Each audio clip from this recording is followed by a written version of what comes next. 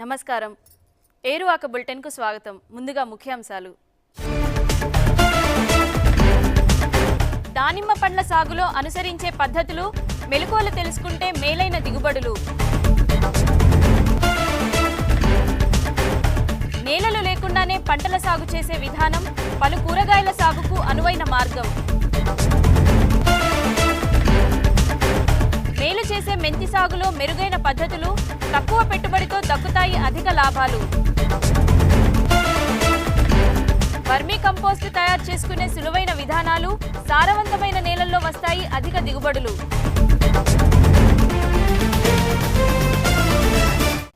నోరూరించే దానిమ్మ పండ్లను వాణిజ్యపరంగా పండించుకుంటే లాభదాయకంగా ఉంటుంది. దానిమ్మను అన్ని రకాల నేలల్లో పండించుకోవచ్చు. ఏళ్ల తరబడి దిగుబడులు వస్తాయి.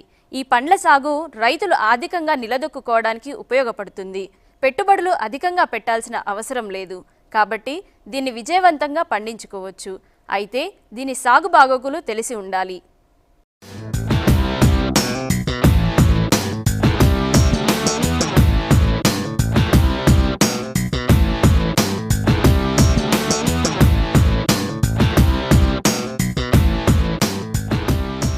వాణిజ్యపరంగా పండించుకునే పండ్లలో దానిమ్మ అధిక లాభాలను ఆర్జించి పెడుతుంది.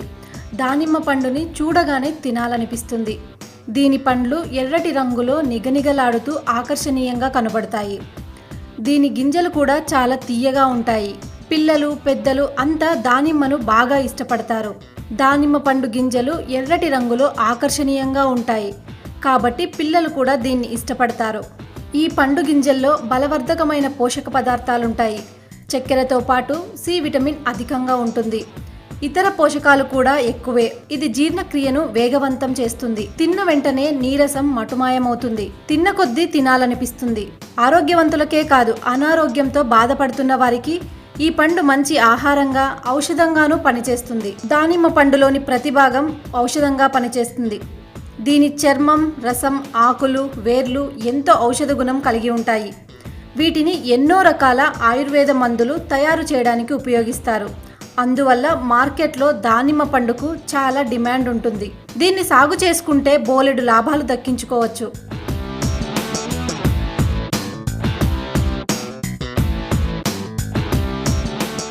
ఈ పంటను కరువు ప్రాంతాల్లో విజయవంతంగా పండించుకోవచ్చు. మహారాష్ట్ర, కర్ణాటక, గుజరాత్, రాజస్థాన్లతో పాటు తెలంగాణ, ఆంధ్రప్రదేశ్లో ఈ పండ్లను పండిస్తున్నారు. తెలంగాణలోని మెదక్, రంగారెడ్డి, మహబూబ్ నగర్, కరీంనగర్ జిల్లాలో సాగు చేస్తున్నారు. ఇక ఆంధ్రప్రదేశ్లోని కర్నూలు, కడప, అనంతపురం జిల్లాలో సాగులో ఉంది. ఈ రెండు ప్రాంతాల్లో సుమారు 15,050 ఎకరాల్లో దానిమ్మ తోటలున్నాయి. దాదాపు 90,300 టన్నుల దిగుబడి వస్తుంది. దానిమ్మను వాణిజ్య పంటగా పండించడం వల్ల ఇక్కడి రైతులకు మంచి లాభాలు వస్తున్నాయి.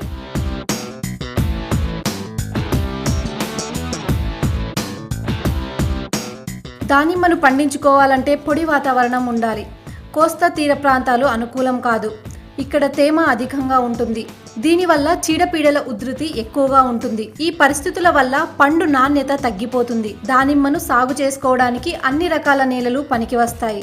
సున్నపు శాతం, క్షారత కొద్దిగా అధికంగా ఉన్న నేలల్లో కూడా దానిమ్మను చక్కగా సాగు చేసుకోవచ్చు.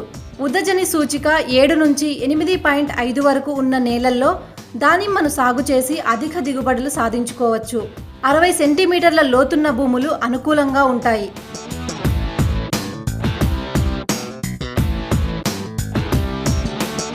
దానిమ్మలో అనేక రకాలు అందుబాటులో ఉన్నాయి. వీటిలో గణేష్ రకం కాయలు 250 నుంచి 280 గ్రాములు బరువుంటాయి. పండ్లు ఆకర్షణీయమైన గులాబీ రంగుతో పసుపు రంగులో ఉంటాయి. దీనిలో చక్కెర శాతం 15.5 ఉంటుంది.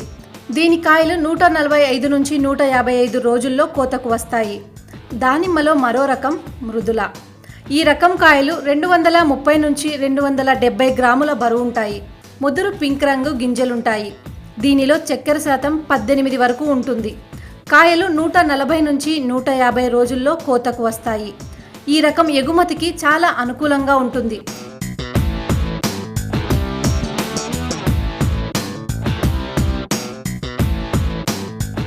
ఇక భగువా రకం దానిమ్మకాయలు 150 నుంచి 300 గ్రాముల బరువు ఉంటాయి. దీని చర్మం, గింజలు ముదురు గులాబీ రంగులో ఉంటాయి. కాయలు 180 నుంచి 190 రోజుల్లో కోతకు వస్తాయి. దానిమ్మ వంగడాల్లో మరో రకం పూలే భగువా. ఈ రకం కాయలు 270 నుంచి 300 గ్రాముల బరువు ఉంటాయి. దీని గింజలు పింక్ రంగులో ఉండి 51% రసం కలిగి ఉంటాయి. ఈ రకం దానిమ్మ విత్తనాలు మృదువుగా ఉంటాయి. కాయలు 175 రోజుల్లో కోతకు వస్తాయి.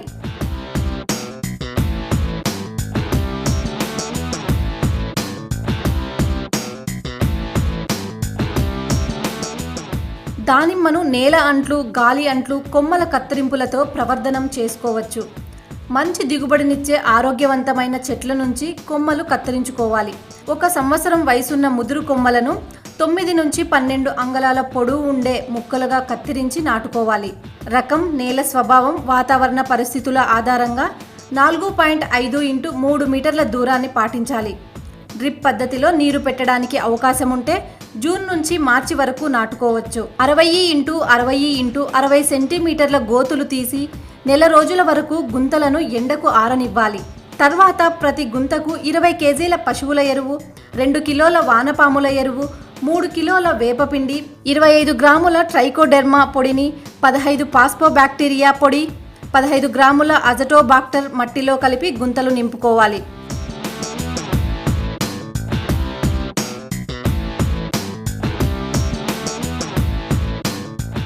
ఒక్కో మొక్కకు తొలి సంవత్సరం 4 నెలల తర్వాత 125 గ్రాముల వేపపిండి, 5 కిలోల చివికిన పశువుల ఎరువు, 7 నెలల తర్వాత 250 గ్రాముల వేపపిండి, 10 కిలోల చివికిన పశువుల ఎరువు వేయాలి. 11 నెలల తర్వాత 750 గ్రాముల వేపపిండితో పాటు 10 కిలోల చివికిన పశువుల ఎరువును వేయాలి.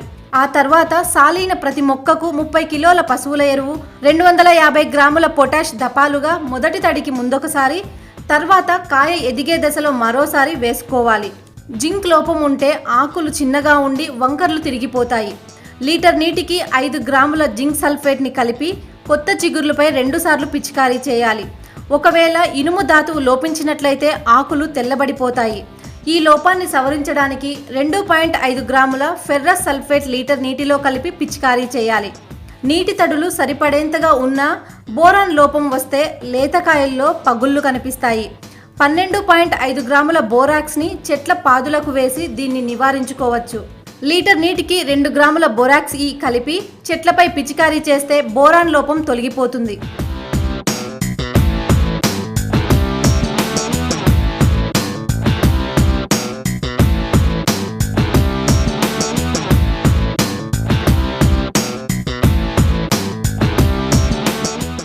మొక్కలు పెంచాలంటే సారవంతమైన నేల కావాలి.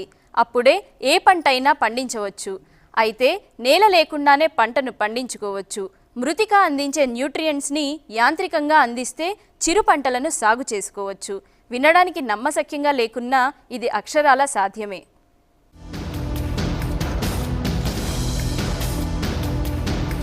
పొలాలు, చేలు లేకుండా కొన్ని పంటలను పండించుకోవడానికి వీలుంది. గ్రీన్ హౌస్లోనే అది సాధ్యమవుతుంది.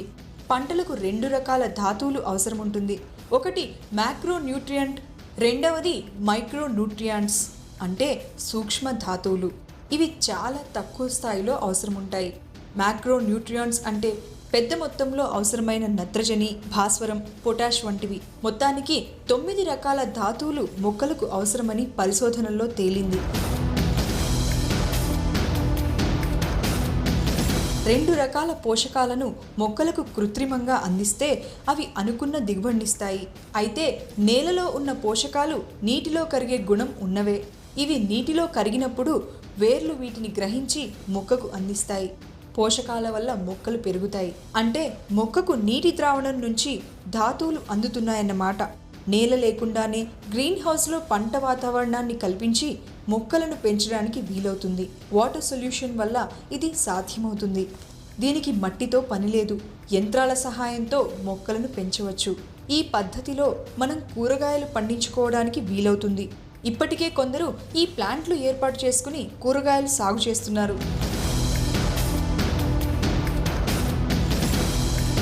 హైడ్రో ఫార్మింగ్ వల్ల కొన్ని ఉపయోగాలున్నాయి. ఈ పద్ధతి వల్ల మొక్కల వేర్లకు అవసరమైనంత ఆక్సిజన్ని నిరంతరంగా అందుబాటులోకి తేవచ్చు. నేలలో సాగు చేసే పంటకు ఆక్సిజన్ కొరత వచ్చే అవకాశం ఉంటుంది. ఇక చాలినంత నీటిని అందించడానికి వీలవుతుంది. మొక్కకు అవసరం లేని నీటిని తిరిగి ఉపయోగించుకోవచ్చు. అవసరమైనప్పుడు మొక్కలకు తిరిగి అందించవచ్చు. మృత్తికలో పంటలు సాగు చేస్తున్నప్పుడు కొంత నీరు వృధా అయ్యే అవకాశం ఉంది. కానీ హైడ్రో ఫార్మింగ్లో నీరు వృధా అయ్యే అవకాశమే ఉండదు. అంతేకాకుండా వేర్లకు విష పదార్థాలు సోకే అవకాశం కూడా ఉండదు.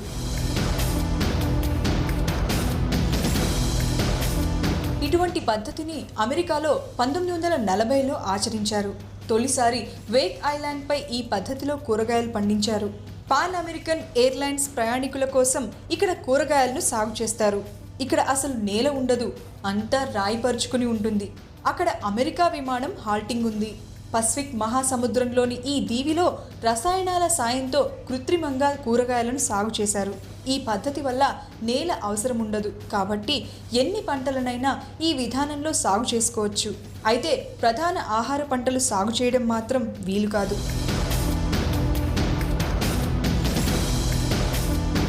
అంతరిక్షంలో సైతం హైడ్రోఫోనిక్ పద్ధతిలో సాగు చేయడానికి నాసా ప్రయత్నాలు ప్రారంభించింది. అక్కడ ఈ విధానంలో సాగు విజయవంతమైతే అన్ని రకాల పంటలను పండించడానికి ప్లాన్ చేస్తోంది.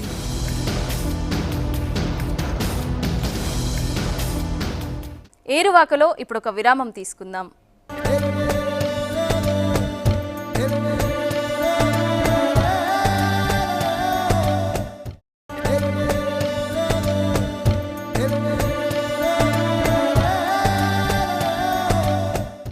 ఏరువాక బులెటిన్కు తిరిగి స్వాగతం.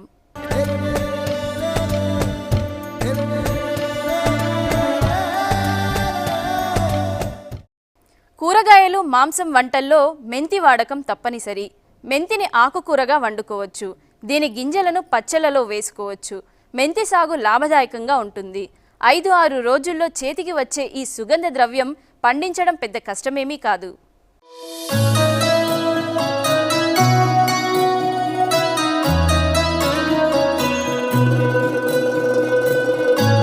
మెంతి లేని కూర అంత టేస్టీగా ఉండదు. అన్ని రకాల వంటల్లో మెంతిని వాడతారు. దీని సాగు చాలా సులభం. చల్లని వాతావరణం, తక్కువ ఉష్ణోగ్రత సాగుకు అనుకూలంగా ఉంటాయి. మెంతి గింజల కోసం అయితే రబీ కాలంలో నాటుకోవచ్చు. ఆకుకూరగా నీటిపారుదల కింద సంవత్సరమంతా పండించుకోవచ్చు. వర్షధారపు పంటగా నల్లరేగడి నేలల్లో నీటి వసతి కింద గరప నేలలు, ఎర్ర నేలలు ఇంకా ఇతర తేలికపాటి నేలలు సాగుకు అనుకూలంగా ఉంటాయి. అధిక ఆమ్ల, క్షార లక్షణాలు కలిగిన భూములు మెంతి సాగుకు పనికిరావు. 6 నుంచి 7 ఉదజని సూచిక కలిగిన సారవంతమైన ఇసుక నేలలు, మురుగునీటి పారుదల వసతి కలిగిన ఒండ్రు నేలల్లో కూడా మెంతిని సాగు చేయవచ్చు. గింజల కోసం అక్టోబర్ 15 నుంచి నవంబర్ 15 వరకు మెంతిని విత్తుకోవాలి.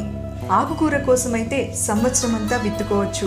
దీన్ని సాగు చేయాలనుకున్నప్పుడు మేలు రకం వంగడాలను ఎంచుకోవాలి. లాంగ్ సెలక్షన్ 1 రకం మెంతి 80 రోజుల్లో చేతికి వస్తుంది. వర్షధారం కింద దీనిని సాగు చేసినట్లయితే ఎకరాకు కనీసం 3 క్వింటాళ్ల దిగుబడి వస్తుంది. అదే నీటి వసతితో పండించుకుంటే అత్యధికంగా ఎకరాకు 6 క్వింటాళ్లు వస్తుంది. ఇది ఆకుకు, గింజకు కూడా పనికొస్తుంది. మొక్క 5 నుంచి 6 కొమ్మలతో నిగనిగలాడుతుంది. గుజరాత్ మేతి 1 రకం మెంతిని అన్ని జిల్లాల్లోనూ సాగు చేసుకోవచ్చు. నల్లరేగడి భూముల్లో ఎకరానికి 12 కిలోల విత్తనాలను విత్తుకోవచ్చు. గొర్రుతో వరుసకు మధ్య 30 సెంటీమీటర్లు, వరుసలో మొక్కల మధ్య 10 సెంటీమీటర్ల దూరం ఉండే విధంగా విత్తుకోవాలి. తేలిక నేలల్లో 6 కిలోల విత్తనం అవసరం ఉంటుంది. నల్లరేగడి నేలల్లో పాటించిన మొక్కల మధ్య దూరాన్ని పాటించాలి. విత్తే ముందు 1 గ్రామ్ కార్బన్ డైజం కిలో విత్తనాలకి కలిపి విత్తన శుద్ధి చేసుకోవాలి. ఎకరానికి 600 రైజోబియం కల్చర్తో విత్తన శుద్ధి చేయాలి. ఇలా చేయడం వల్ల దిగుబడులు బాగా పెరుగుతాయి. ఇదే మోతాదులో సూడోమోనాస్తో విత్తన శుద్ధి చేసుకుని మంచి దిగుబడులు పొందవచ్చు. మెంతిని సాగు చేయాలనుకున్న నేలను బాగా దున్నాలి. ఆఖరి దుక్కిలో 4 టన్నుల పశువుల ఎరువు వేయాలి. దీంతో పాటు 20 కిలోల యూరియా, 125 కిలోల సింగిల్ సూపర్ ఫాస్ఫేట్, 35 కిలోల మ్యూరేట్ ఆఫ్ పొటాష్ రసాయనిక ఎరువులు వేసుకోవాలి. ప్రతి ఆకు కోత తర్వాత 40 కిలోల అమోనియం సల్ఫేట్ని వేసి నీరు కట్టాలి. దీనివల్ల మరింత ఏపుగా పెరుగుతుంది. మెంతి సాగు చేసిన రైతులు అంతర కృషి చేయాలి. విత్తిన వెంటనే పెండి మిథాలిన్ బరువైన నేలల్లో 1.3 లీటర్లు, తేలిక నేలల్లో 1 లీటర్ మందు 200 లీటర్ల నీటిలో కలిపి పిచికారీ చేయాలి. మొదటి నెల వరకు కలుపు నివారణ చేసుకోవచ్చు. విత్తిన 15 రోజులకోసారి కలుపు తీసి మరో 15 నుండి 20 రోజులకు గొర్రుతో గాని దంతితో గాని అంతర కృషి చేయాలి. మెంతి పంటకు చీడపీడల బెడద కూడా ఉంటుంది. పెనుబంక, ఆకు తినే పురుగు, మిడతలు ఆశించే అవకాశం ఉంది. ఈ పురుగులను నివారించడానికి లీటర్ నీటికి 2 మిల్లీలీటర్ల డైమిథోయేట్ కలిపి పైరుపై చల్లాలి. రబ్బరు పురుగు ఆశిస్తే అది ఆకులను, రెమ్మలను తింటుంది. దీన్ని నివారించాలనుకుంటే లీటర్ నీటికి 2.5 మిల్లీలీటర్ల క్లోరోపైరిఫాస్ కలిపి పంటపై పిచికారీ చేయాలి. ఇది రబ్బరు పురుగులను బాగా నివారిస్తుంది. మెంతు సాగులో ఎదురయ్యే మరో సమస్య తెగుళ్లు పంటకు ఆశించడం. మొక్కల లేత దశలో వడలు తెగులు ఆశిస్తుంది. దీన్ని అరికట్టడానికి 3 గ్రాముల కాపర్ ఆక్సిక్లోరైడ్ని నీటిలో కలిపి పిచికారీ చేయాలి. పూత, కాత దశలో బూడిద తెగులు వచ్చే అవకాశం ఉంది. దీన్ని అరికట్టాలంటే 3 గ్రాముల నీటిలో కరిగే గంధపు పొడిని లీటర్ నీరు వంతున కలపాలి. పంట నెల రోజుల వయసు సమయంలో 15 రోజుల వ్యవధిలో ఎకరాకు 10 కిలోల గంధకపు పొడిని చల్లి బూడిద తెగులుని నివారించవచ్చు. కాయలు గడ్డి రంగులోకి మారినప్పుడు మొక్కలను పీకాలి. వాటిని 2 నుంచి 3 రోజులు పొలంలోనే ఎండనివ్వాలి. ఎండిన తర్వాత నూర్చుకుని గింజలను ఎండబెట్టి సంచుల్లో నిల్వ చేసుకోవాలి. ఆకుకూర కోసమైతే విత్తిన 25 నుంచి 30 రోజులకు మొదటి కత్తిరింపు తీసుకోవాలి. ఆ తర్వాత ప్రతి 12 నుంచి 15 రోజులకోసారి కత్తిరించుకోవచ్చు. 2 నుంచి 3 కత్తిరింపుల తర్వాత మొక్కలను గింజల కోసం వదిలిపెట్టాలి. గింజల కొరకు వేసిన మెంతి 5 నుంచి 6 వారాల తర్వాత పూతకొస్తుంది. 10 లేదా 11 వారాల్లో కోతకు సిద్ధమవుతుంది. కాయలను కర్రలతో కొట్టి గింజలను తీసి శుభ్రపరచాలి. ఆ తర్వాత గోనె సంచుల్లో నిల్వ చేసుకోవాలి.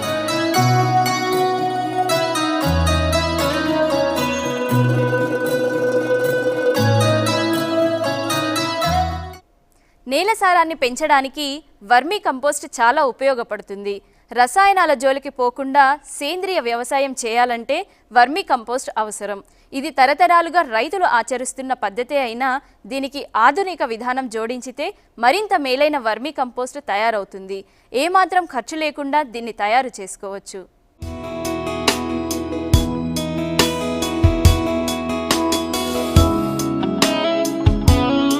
వ్యవసాయంలో మంచి ఫలసాయం రావాలంటే ఆధునిక పద్ధతులు పాటించాల్సిందే.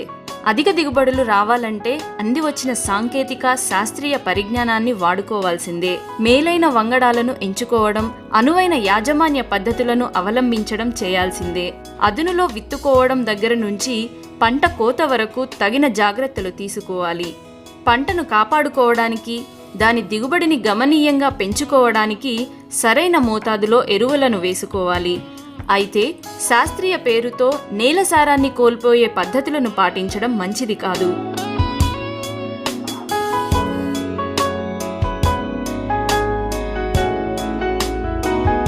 అధిక రసాయన ఎరువుల వల్ల నేలలోని సారమంతా క్రమంగా కోల్పోతాం. ఏడాదికేడాది మృత్తికలోని సారం తగ్గిపోయి చివరకు నేలలు ఎడారులుగా మారే ప్రమాదం ఉంది. నిజానికి రసాయన ఎరువులు వేసినప్పుడు 1-2 పంటల దిగుబడుల్లో పెద్ద తేడా కనిపిస్తుంది. అయితే క్రమంగా పంట దిగుబడి తగ్గిపోతుంది. రసాయనిక ఎరువులతో హైబ్రిడ్ విత్తనాలను సాగు చేసినప్పుడు అధిక మోతాదులో వేయాల్సి ఉంటుంది.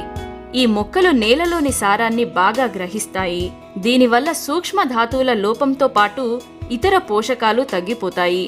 కాబట్టి రసాయనిక ఎరువులు, హైబ్రిడ్ వంగడాలను వాడకుండా ఉండడమే మేలు.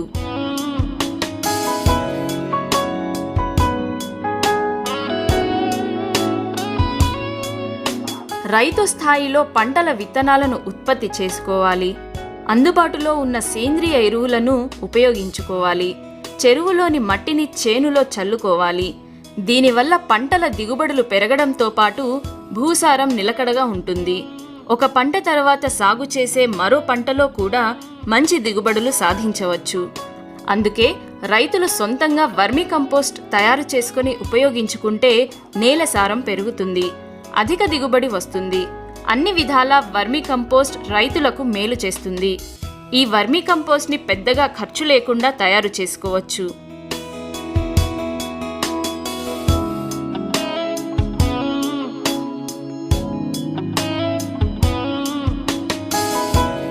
ప్రత్యేకమైన మేలైన వానపాములను అందుబాటులో ఉన్న సేంద్రియ వ్యర్థ పదార్థాలపై వేసి తయారు చేసుకునే దాన్నే వర్మీ కంపోస్ట్ అని పిలుస్తారు.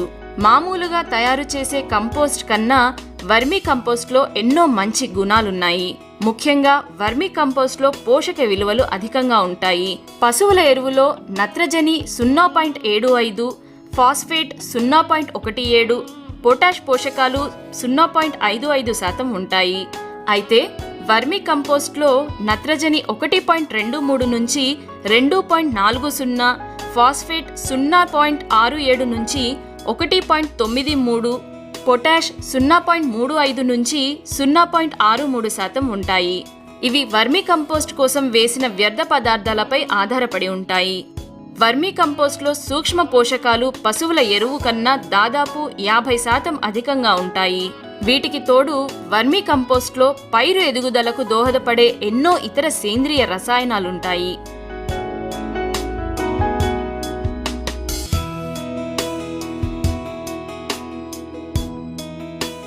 వర్మీ కంపోస్ట్ తయారు చేయడానికి వానపాములు అవసరం. అయితే నేలలో బొరియలు చేయని వానపాముల రకాలు సేంద్రియ వ్యర్థ పదార్థాల నుంచి కంపోస్ట్ చేయడానికి పనికి వస్తాయి. వానపాముల్లో యూడ్రిలస్ యూగినే, ఐసీనా ఫోటిడా, పెరియానిక్స్ ఎక్సోవేటస్, లూంబ్రికస్ రుబెల్లస్ వంటివి బాగా పనిచేస్తాయి. వ్యవసాయ ఉత్పత్తుల శేష పదార్థాలు ముఖ్యంగా చెత్త, ఆకులు, పేడ, పండ్ల తొక్కలు, కూరగాయల వ్యర్థ పదార్థాలు వర్మీ కంపోస్ట్ తయారీకి బాగా ఉపయోగపడతాయి. వానపాములు ఎండను తట్టుకోలేవు కాబట్టి వాటిని రక్షించుకోవడానికి తగిన నీడను కల్పించాలి. దీనికోసం పందిరి వేయడానికి వరిగడ్డి, తాటి ఆకులు, పాత గోనె సంచులు, పాలిథిన్ సంచులను ఉపయోగించుకోవచ్చు. పందిరి వేయడం వల్ల వానపాములకు నీడనివ్వడమే కాకుండా ఎరువు నుంచి తేమ తొందరగా ఆవిరి కాకుండా అరికట్టుకోవచ్చు.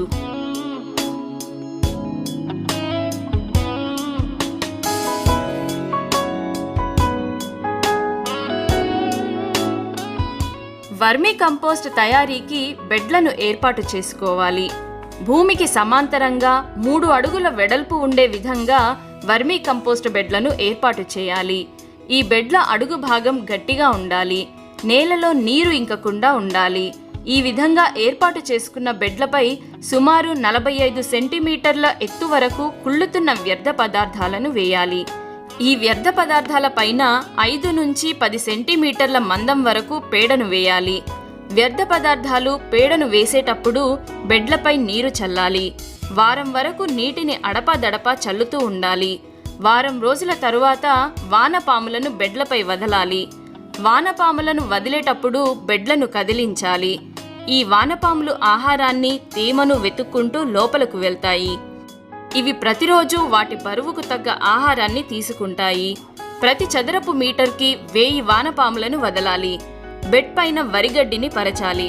ఇలా చేయడం వల్ల తేమను కాపాడుకోవచ్చు. అంతేకాకుండా వానపాములకు కప్పలు, పక్షులు, చీమల నుంచి రక్షణ కలుగుతుంది.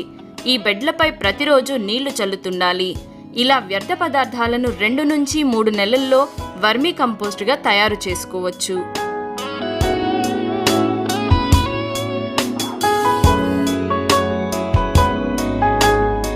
ఇది ఇవాల్టి ఏరువాక. రేపు మరిన్ని విశేషాలతో మళ్ళీ కలుద్దాం. సెలవు.